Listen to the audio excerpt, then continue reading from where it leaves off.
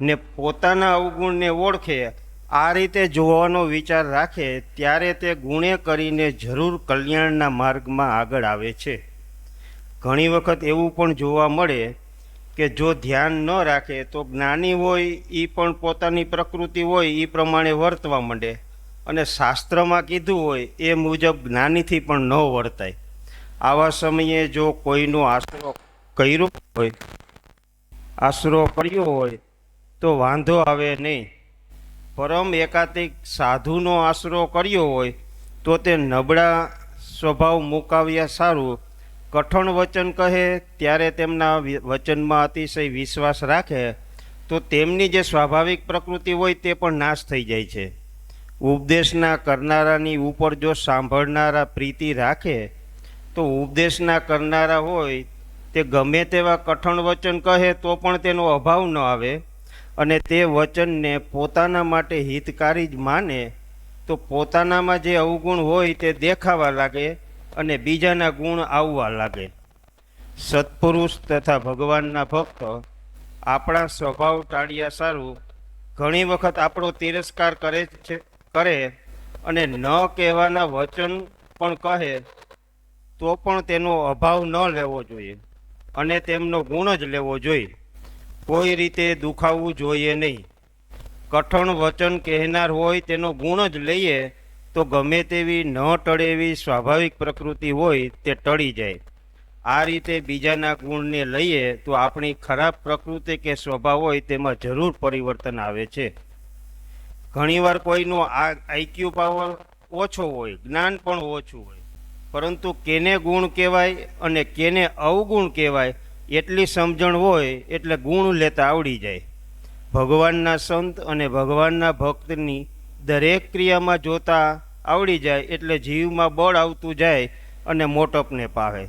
ઓહો, આ હરિભગત છે એ કેટલી બધી મંદિરની સેવા કરે છે, સંતોની સેવા કરે છે, ભક્તોની સેવા કરે છે, અને વળી દૈહિક સેવાની સાથે દાન ધર્માદો પણ ખૂબ કરે છે. મારાથી તો આવી સેવા નથી થતી, કેવી સેવા કરે છે.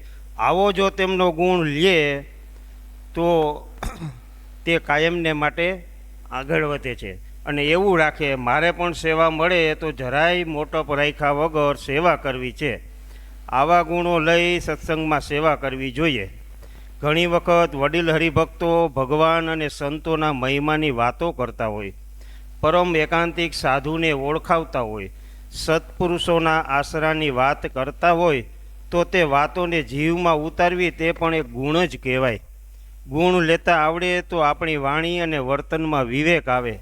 વિવેક હોય તો આપણું હિત શેમાં છે અને અહિત શેમાં છે તેની ઓળખાણ થાય. વિવેક ઘણા પ્રકારના હોય. હિત અહિતનો વિવેક, સત્ય અને અસત્યનો વિવેક, આત્મા અને અનાત્માનો વિવેક. આ પ્રકારના વિવેકને ઓળખવા ખૂબ જરૂરી છે.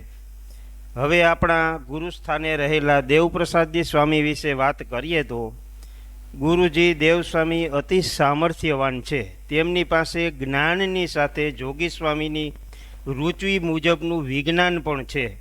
વચનામૃતના મર્મજ્ઞ અને રહસ્યોને જાણનારા છે. એકદમ નિર્માની અને નિખાલસ. જેવી વાણી તેવું વર્તન, દરેક પ્રત્યે સમભાવ, જેની જેવી પ્રકૃતિ તે મુજબ દરેકનું ધ્યાન રાખી સત્સંગનું સુખ આપી કલ્યાણનો માર્ગ બતાવે. પરમ એકાંતિક સત્પુરુષમાં રહેલા આવા ગુણને આપણે ઓળખવા જોઈએ. વચનામૃત, ગુણાતીતાનંદ સ્વામીની વાતો અને સાક્ષાત સવિતા જેવા ગ્રંથો છે એ મહારાજના સ્વરૂપની ઓળખાણ, મહારાજની ઉપાસના, સંતો અને ભક્તોના મહિમાના પોષક ગ્રંથો છે. કદાચ જ્ઞાન નહીં હોય તો ચાલશે, પણ સર્વોપરીપણું ઉપાસના, નિષ્ઠા અને મહિમા આ વાત તો આપણે સમજવી જ જોઈએ. આ બધી વાતનું અનુસંધાન રાખી પૂજ્ય ગુરુદેવ દેવપ્રસાદદાસજી સ્વામી સંતો અને હરિભક્તોમાં સત્સંગનું પોષણ કરે છે. સત્સંગ મંડળમાં કોઈ જોગી સ્વામીની રુચિ અને ઉપાસનાના સિદ્ધાંતને ભૂલીને વાત કરે ત્યારે પૂજ્ય દેવસ્વામી તેમને ભલે ખોટું લાગવું હોય તો લાગે, પણ જોગી સ્વામીની મૂળ વાતને ખબરદાર થઈને વચનામૃત ગુણાતીતાનંદ સ્વામીની વાતોના વચનામૃત અને ગુણાતીતાનંદ સ્વામીના વાતોના રહસ્ય દ્વારા સરળ રીતે સમજાવે અને તે જીવના કલ્યાણને ધ્યાનમાં રાખી તે મુજબ વર્તવાની આજ્ઞા કરતા રહે, એ આપણને બરાબર સમજાવવું જોઈએ. આવા ગુરુ દેવપ્રસાદ દાસજી સ્વામી છે. તેમના વચનમાં અને આજ્ઞામાં વિશ્વાસ આવવો જોઈએ. નિષ્ઠા અને આશરા વિના આ વાત સમજવી બહુ અઘરી છે. આપણને ખબર હોય કે પૂજ્ય દેવ સ્વામીની હુંડી અત્યારે ચાલે છે. પૂજ્ય દેવપ્રસાદ સ્વામીના આશીર્વાદ પણ આપણે લઈએ, પણ વચન બીજાના સાચા લાગે, આજ્ઞા બીજાની માને, એ આ જીવની બહુ મોટી અવડાઈ છે. સત્પુરુષની દયાનો કોઈ પાર નથી અને જીવની અવડાઈનો કોઈ પાર નથી. ઘણી વખત આપણે સામાન્ય પુરુષ સમજી તેમની પાસે ગમે તેવી વાતો કરીને ભોળવવાનો પ્રયત્ન કરતા હોઈએ છીએ.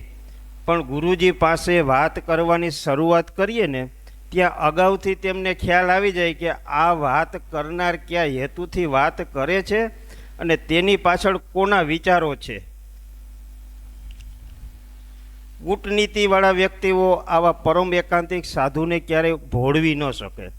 વાત રાજી કરવાની છે, ભોળવવાની નથી. સત્પુરુષના રાજીપાને ભોળપણમાં ગણી લેવો એ મહા મોટો અવગુણ છે. પરમ એકાંતિક સાધુ તો હંમેશા પોતાની ઈચ્છા અનુસાર સ્વતંત્ર થકા વર્તા હોય છે. તેમને કોઈ બાંધી ન શકે કે કોઈ ભોળવી ન શકે. એ તેમના મનમાં આવે તેવા મનુષ્ય ચરિત્ર પણ કરે અને ચાહે તો સત્સંગ વિચરણમાં પોતાની ઈચ્છા મુજબ હરિભક્તોના રાજીપાને અર્થે સામાન્ય માણસને ન સમજાય તે રીતના પ્રકરણ બદલ્યા પણ કરતા હોય છે. જો આવા પરમ એકાંતિક સાધુને ઓળખ્યા હોય તો જ તેમના વચનમાં વિશ્વાસ આવી શકે, બીજાને તેમની ઓળખાણ કરાવી શકે. નહીં તો તે સામાન્ય મનુષ્ય જેવા જ પોતાને લાગે અને બીજાને પણ તે જ રીતે ઓળખાવે. માટે આવા પરમ એકાંતિક સાધુને ઓળખવાનો ગુણ લેતા શીખવું જોઈએ. ગુરુજીએ જોગી સ્વામીની તપોભૂમિમાં મંદિર બનાવવાનો સંકલ્પ કર્યો છે. આ મંદિર એટલે અનેક જીવાત્માઓનું મોક્ષનું દ્વાર. વંથલી ગુરુકુળ એટલે જોગી સ્વામીનું પ્રસાદી તીર્થ. વંથલી એટલે કલ્યાણ બાપાનું કલ્યાણ ધામ. એવું કહીએ તો તેમાં જરાય ખોટું નથી.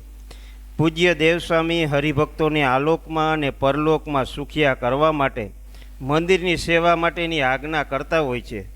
પૂજ્ય દેવસ્વામી 80 વર્ષ ઉપરની અવસ્થા હોવા છતાં જીવના કલ્યાણને અર્થે પોતાના દેહની પરવા કર્યા વગર એક જગ્યાએ સ્થિર થવાને બદલે સતત સત્સંગ વિચરણ કરી હરિભક્તોને રાજી કરી અભય વચન આપી મંદિર નિર્માણમાં હરિભક્તોને સેવા કરવાની આજ્ઞા કરતા હોય છે.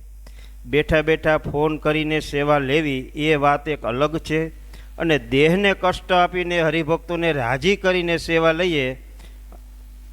લઈ તેમને રૂડા આશીર્વાદ આપવા એ ભગવાન સ્વામિનારાયણને અખંડ ધારી રહેલા પરમ એકાંતિક આવા સાધુ જ કરી શકે. આપણાથી બીજું કાંઈ ન થઈ શકે તો કાંઈ નહીં, પણ મંદિર નિર્માણ માટે સેવા કરવાની કોઈને ગુરુ મહારાજે આજ્ઞા કરી હોય તો તેવી આજ્ઞા અને સેવાને રોકાવીને આપણે કઈ રીતે આપણા કલ્યાણને કરી શકીશું. સૂર્ય ચંદ્ર તપશે ત્યાં સુધી આવા મંદિરો અનેક જીવાત્માઓનું કલ્યાણ કરતા રહેશે. આવી વિશાળ દ્રષ્ટિ રાખીને આપણે પણ બીજાને પ્રેરણા કરવી જોઈએ. ગુરુ મહારાજના સંકલ્પને પૂર્ણ કરવા સહભાગી બનવું જોઈએ. જે જગ્યાએ જોડાવવું ત્યાં એક જ નિષ્ઠાથી જોડાઈ જવું. જેમની નિષ્ઠા ઉપાસના આશરો હોય તેમની આજ્ઞાને કરીશ્ય તવ વચનમ ભાવના સાથે પાળવી જોઈએ. ગુરુ આજ્ઞા પાળવામાં ઘણી વખત કહેવાતી કેટલીક લોક વ્યવહારની ઉપજાવી કાઢેલ પ્રણાલીઓ આપને વિચલિત કરનાર હોય તો તેનાથી દૂર રહેવું જોઈએ.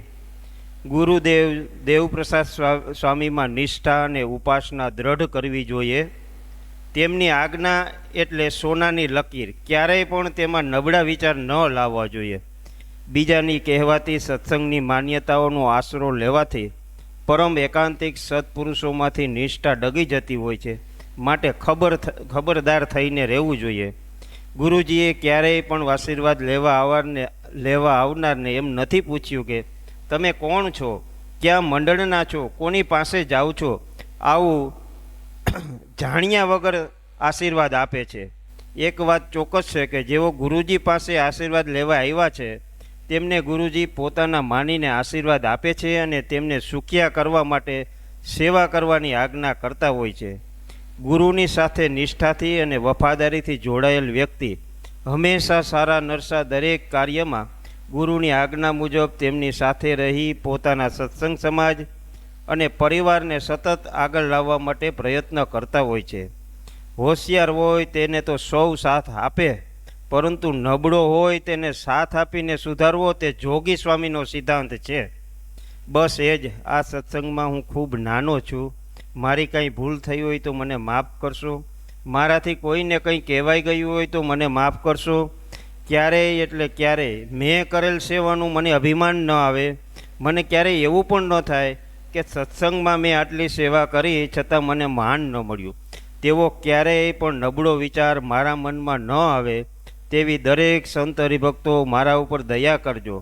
આપણા સૌના ગુરુસ્થાને બિરાજતા પૂજ્ય દેવપ્રસાદદાસજી સ્વામી, દેવજોગી પરિવારના સંતો ભક્તો મારા છે અને હું તેમનો છું તેવી નિષ્ઠા મારામાં કાયમ રહે, દરેકનો ગુણ આવતો જ રહે તેવા સો આશીર્વાદ આપજો.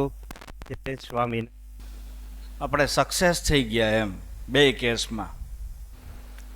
નાદપરા વસંતભાઈને તાત્કાલિક આપણે કીધેલું, એવી જ રીતે નટુભાઈને પણ ઓચિંતા જ સીધો ફોન કરેલો. પણ જીવની અંદર જે વસ્તુ હોય, જે સેવા કરી હોય, મહિમા હોય, કૃપાના પાત્ર બન્યા હોય, એ વસ્તુ બોલી ના શકતા હોય એવું મનમાં હોય. હિંમત રાખો તો બોલાઈ જાય, હિંમત રાખીએ ને તો બોલાઈ જાય.